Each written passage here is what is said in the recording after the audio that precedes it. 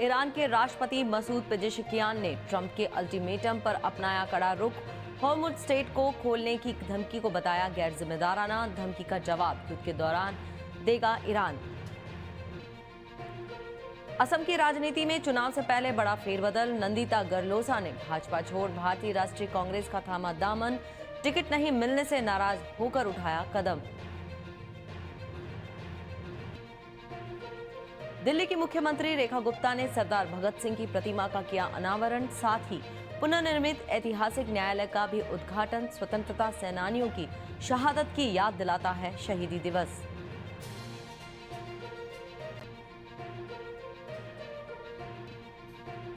और सेंसेक्स में 1800 अंक की गिरावट। 72,700 पर रहा कारोबार। निफ्टी 550 अंक टूटा। बैंकिंग और ऑटो शेयर्स में ज्यादा बिकवाली।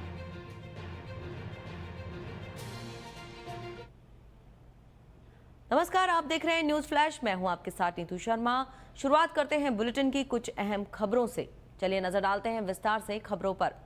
अमेरिका, इजराइल और ईरान के बीच चल रहा युद्ध अभी भी जारी है। आज इस युद्ध का 24वां दिन है। मिडिल ईस्ट में इस युद्ध की वजह से तबाही मच चुकी है। वहीं अमेरिका और इजराइल की तरफ से लगातार ईरान पर हमले किए जा रहे हैं। ऐसे में ईरान भी जवाबी कार्रवाई करते हुए इजराइल और अमेरिका के सहयोगी मिडिल ईस्ट देशों पर हमले कर रहा है। इतना ही नहीं, युद्ध की वजह से ईरान ने अमेरिका और उसके सहयोगियों के लिए हॉर्मुज स्ट्रेट को भी बंद कर दिया है। पहले इसे पूरी तरह से बंद रखा गया था, लेकिन फिर भारत समेत कुछ देशों को उनके जहाज हॉर्मुज स्ट्रेट से निकालने की अनुमति दे दी गई है। वहीं ईरान के राष्ट्रपति मसूद पेजेशकियान ने ट्रंप के अल्टीमेटम पर कड़ा रुख अपनाया है। हॉर्मुज स्ट्रेट को खोलने के ट्रंप के अल्टीमेटम और धमकी का जवाब देते हुए ईरानी राष्ट्रपति ने कहा है कि ईरान किसी भी गैर जिम्मेदाराना धमकी का जवाब युद्ध के मैदान में देगा। ट्रंप की धमकियों से ईरान नहीं डरता। धमकियों और हमलों से ईरान कमजोर नहीं पड़ने वाला, सिर्फ मजबूत ही होगा। साथ ही कहा कि जो देश ईरान की संप्रभुता का सम्मान करते हैं उनके लिए हॉर्मुज स्ट्रेट खुला हुआ है। बढ़ते हैं अगली खबर की ओर। टीएमसी नेता सुष्मिता देव ने असम विधानसभा चुनाव को लेकर बयान जारी किया है। उन्होंने कहा है कि ममता बनर्जी के नेतृत्व में अखिल भारतीय तृणमूल कांग्रेस असम की 23 सीटों पर चुनाव लड़ रही है। साथ ही बताया है कि बराक घाटी, ऊपरी असम, निचला असम, मध्य असम और बोडोलैंड सहित विभिन्न क्षेत्रों में उम्मीदवार उतारे गए हैं ताकि सभी जातियों, समुदायों और भाषाओं का प्रतिनिधित्व सुनिश्चित हो सके। हालांकि पार्टी अकेले सरकार नहीं बना सकती, लेकिन उसका एजेंडा 5 से 10 प्रमुख मुद्दों पर केंद्रित है। पार्टी को लगभग 10 से 15 सीटें जीतने की उम्मीद है और उसे विश्वास है कि इससे असम में ममता बनर्जी के प्रभाव को और मजबूती मिलेगी। सर्वभारतीय तृणमूल कांग्रेस हमारे नेता ममता बनर्जी जी के नेतृत्व में 23 सीटों पे खेल लड़ रही है। हमने बराक वैली में कैंडिडेट दिए हैं 5। हमने अपर असम में दिया, लोअर असम में दिया है, मिडिल असम में दिया है, बोडोलैंड में भी है जो लोअर असम का हिस्सा है। और हमने हर कास्ट, कम्युनिटी, भाषा के लोगों को टिकट दिया है, क्योंकि ममता दीदी चाहती थी कि असम में एक मैसेज जाए कि हम हर जाति, हर धर्म और हर भाषा के लोगों के साथ हैं। बढ़ते हैं अगली खबर की ओर। वाईएसआरसीपी के वरिष्ठ नेता और तिरुमाला तिरुपति देवस्थानम के पूर्व अध्यक्ष भुवना करुणाकर रेड्डी ने तिरुपति में एक प्रेस कॉन्फ्रेंस की। इस दौरान उन्होंने मौजूदा टीटीडी अध्यक्ष बीआर नायडू को उनके कथित कदाचार और आपत्तिजनक व्यवहार के कारण पद से हटाने की मांग की है। वहीं भुवना ने आरोप लगाया कि नायडू के कार्यों से तिरुमाला की पवित्रता को नुकसान पहुंचा है और भक्तों की भावनाओं को ठेस पहुंची है। उन्होंने वीआईपी दर्शन कोटा के दुरुपयोग की जांच कराने की भी मांग की है। उन्होंने मुख्यमंत्री एन चंद्रबाबू नायडू की आलोचना करते हुए उन पर इस मुद्दे को नजरअंदाज करने का आरोप लगाया। उन्होंने ये भी कहा कि मौजूदा सरकार वाईएसआरसीपी सरकार के समय शुरू की गई विकास पहलों का गलत श्रेय ले रही है। साथ ही उन्होंने चेतावनी दी कि यदि टीटीडी अध्यक्ष को नहीं हटाया गया तो उनकी पार्टी अपना आंदोलन जारी रखेगी। नजर डालते हैं अगली खबर पर।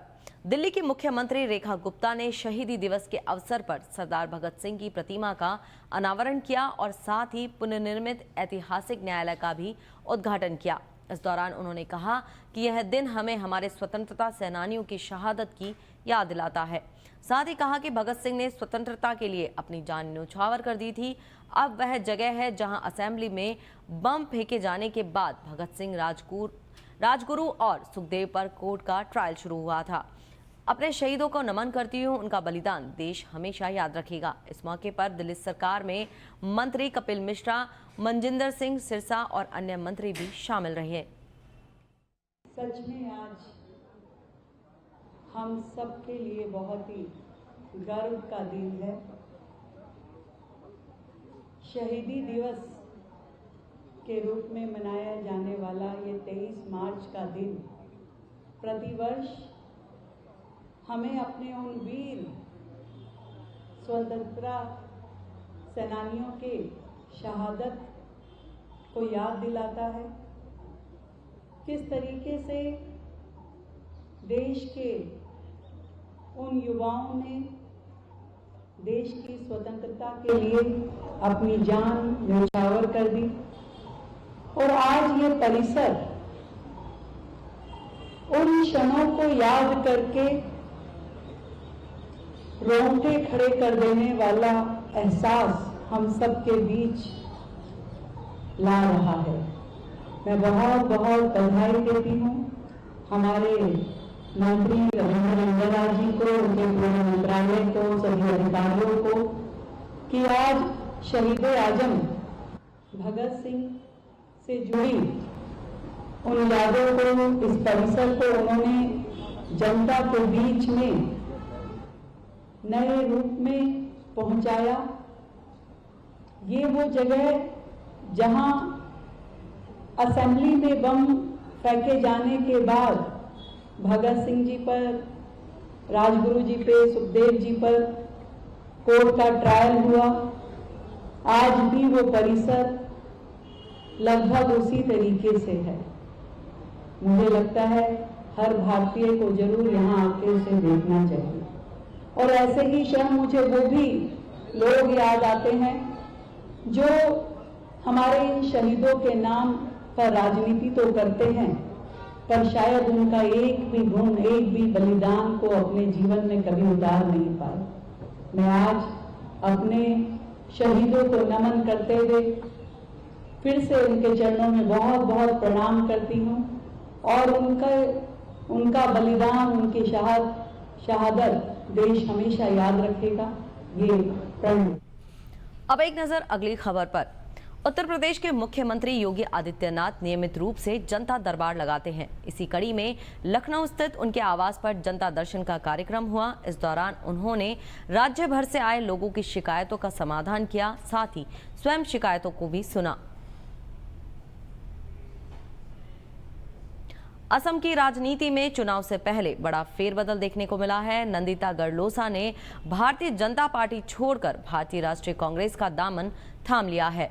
टिकट नहीं मिलने से नाराज होकर उठाए गए इस कदम को आगामी विधानसभा चुनाव से पहले बड़ा राजनीतिक उलटफेर माना जा रहा है। कांग्रेस ने आधिकारिक बयान जारी कर गढ़लोसा के पार्टी में शामिल होने की पुष्टि की है।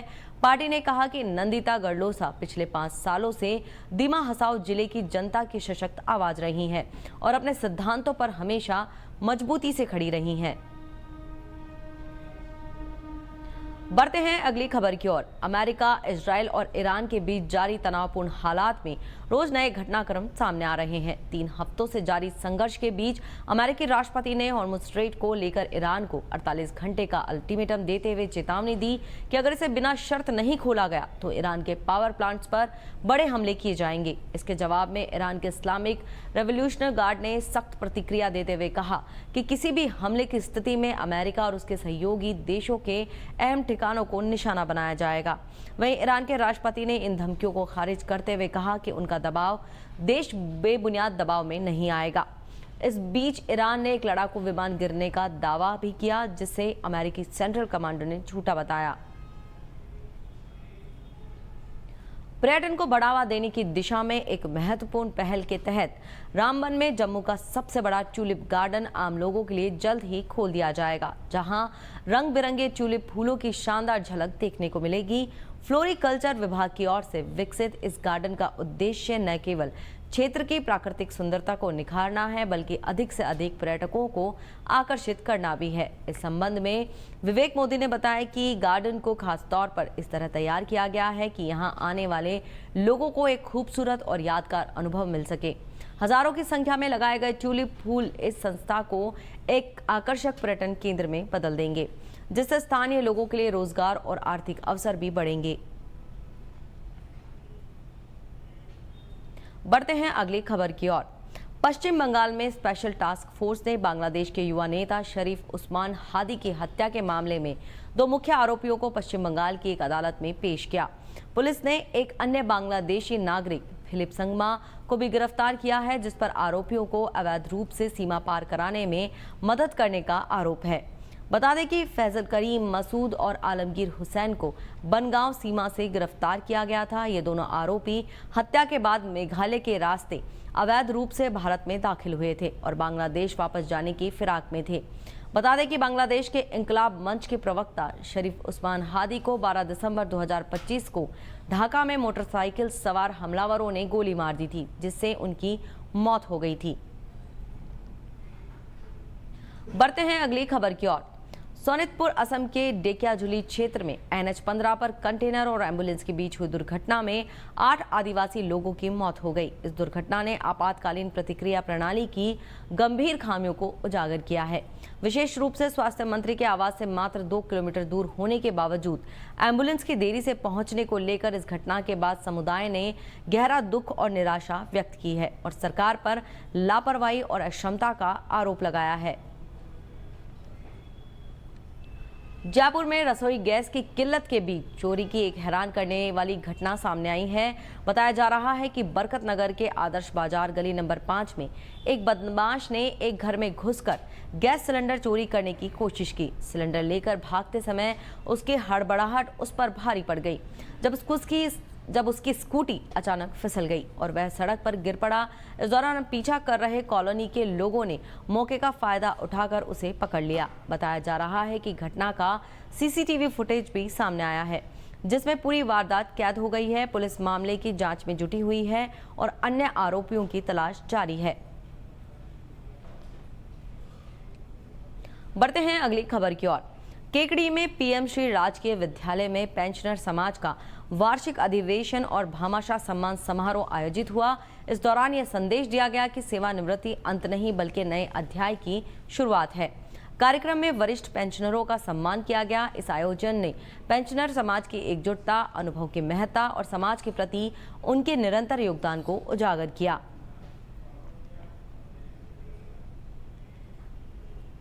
बयाना के पठानपाड़ा इलाके में आगजनी की घटना का मामला सामने आया है। इस घटना में 2 भाइयों की रोजी रोटी पर गहरा असर डाला है। बताया जा रहा है कि अज्ञात लोगों ने उनके टेम्पो में आग लगा दी थी। टेम्पो के जलने से उन्हें लाखों का नुकसान हुआ है। फिलहाल पुलिस ने मामला दर्ज कर लिया है और मामले की जांच में जुटी है। ये सामने घर है कि लड़के ने फोन किया था 11:15 समथिंग, भैया तुम्हारे टेम्पो में आग लग रही है, फटाफट आओ। मैं तुरंत चला आया, आके देखा तो टेम्पो में आग लग रही थी। मैंने पड़ोसियों घर से पानी लेके आग को बुझाया। जयपुर पुलिस ने लुटेरी दुल्हन गैंग का पर्दाफाश किया है। बिंदायका थाना पुलिस ने दलाल को पकड़ने के बाद गैंग में शामिल 2 महिलाओं को अरेस्ट किया। गिरोह शादी का झांसा देकर भोले भाले लोगों को टारगेट करती थी। पुलिस की ओर से फिलहाल गिरफ्तार आरोपियों से पूछताछ की जा रही है। DCP प्रशांत किरण ने बताया कि लुटेरी दुल्हन गैंग की वंदना उर्फ कोमल निवासी गजलाल डोरा नई दिल्ली और आरती उर्फ लक्ष्मी प्रहलादपुर नई दिल्ली को अरेस्ट किया। इससे पहले आरोपी विक्रमदास निवासी बावरला जोधपुर को पकड़ा था। आपको बता दें कि गैंग के बदमाश भोले भाले लोगों को शादी का झांसा देकर फंसाते थे।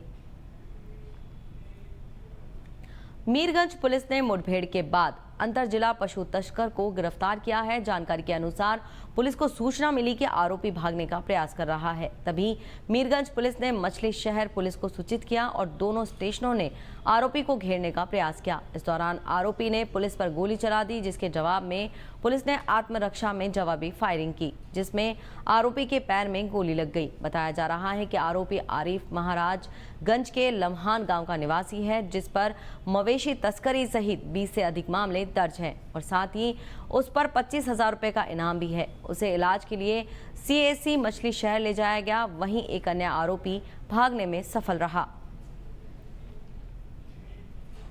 बढ़ते हैं अगली खबर की ओर। लद्दाख के लेह जिले के थिक्से गांव में भीषण आग लग गई, जिससे जंगलों और आसपास की जमीन को व्यापक नुकसान पहुंचा है। बताया जा रहा है कि यह आग तेजी से आबादी वाले इलाकों में फैल गई, जिससे स्थिति बेहद खतरनाक हो गई। रणथंभौर टाइगर रिजर्व में सोमवार सुबह सफारी के दौरान पर्यटकों को एक बेहद दुर्लभ और रोमांचक नजारा देखने को मिला। यहां जोन 3 के पदम तालाब क्षेत्र में टाइग्रेस माही अचानक एक पेड़ पर चढ़ गई और वहां बैठे ग्रीन हेरॉन पक्षी को पकड़ने की कोशिश करने लगी। करीब 3 से 4 मिनट तक चले इस घटनाक्रम में माही ने जबरदस्त फुर्ती दिखाई, जबकि पक्षी खुद को बचाने के लिए एक डाली से दूसरी डाली पर उड़ता रहा। आखिरकार पक्षी उड़ने में सफल रहा और माही का शिकार प्रयास नाकाम हो गया। लेकिन इस पूरे दृश्य ने वहां मौजूद पर्यटकों को रोमांचित कर दिया। बढ़ते हैं अगली खबर की ओर। नवरात्रि के पावन अवसर पर मंदिरों में भक्तों की भारी भीड़ उमड़ पड़ी है, जहां लोग मां दुर्गा की पूजा अर्चना कर आध्यात्मिक शांति और ऊर्जा का अनुभव कर रहे हैं। मोती नगर से आने वाले नियमित श्रद्धालुओं ने बताया कि वे रोज मंदिर जाकर जयकारा लगाते हैं और मां की भक्ति में लीन रहते हैं। पूरे वातावरण में भक्ति, एकता और खुशी का माहौल देखने को मिल रहा है, जहां हर कोई खुद को देवी की कृपा से जुड़ा हुआ महसूस कर रहा है। बहुत अच्छा लग रहा है।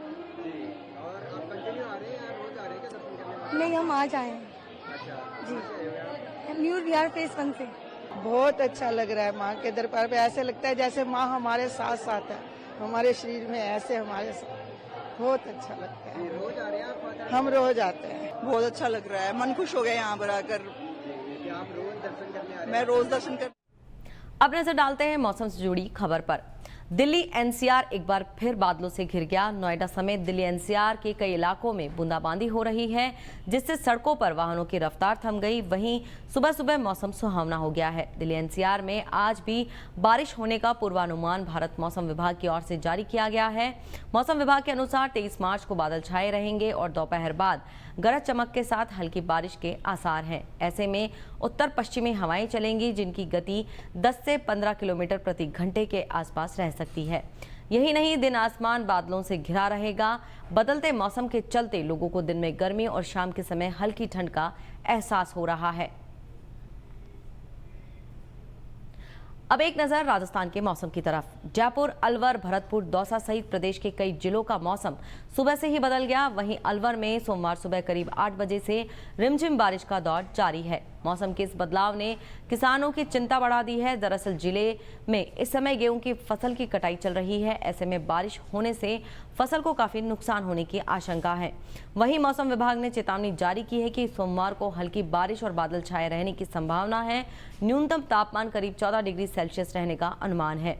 साथ ही कहा है कि मंगलवार को भी आसमान में बादल छाए रहेंगे, जबकि बुधवार को गरज और चमक के साथ बारिश की संभावना है। अगले कुछ दिनों तक मौसम ऐसा ही बना रह सकता है। बढ़ते हैं अगली खबर की ओर। अब एक नजर कारोबार की खबरों पर। शेयर बाजार में 23 मार्च को बड़ी गिरावट दर्ज की गई। सेंसेक्स करीब 1800 अंक की गिरावट के साथ 72,700 पर कारोबार कर रहा है। वहीं निफ्टी में भी करीब 550 अंक की गिरावट है। ये 22,650 के स्तर पर कारोबार कर रहा है। सोमवार को बैंकिंग, ऑटो, FMCG और IT शेयर्स में ज्यादा गिरावट है। सेंसेक्स के सभी 30 शेयरों में आज गिरावट दर्ज की गई है।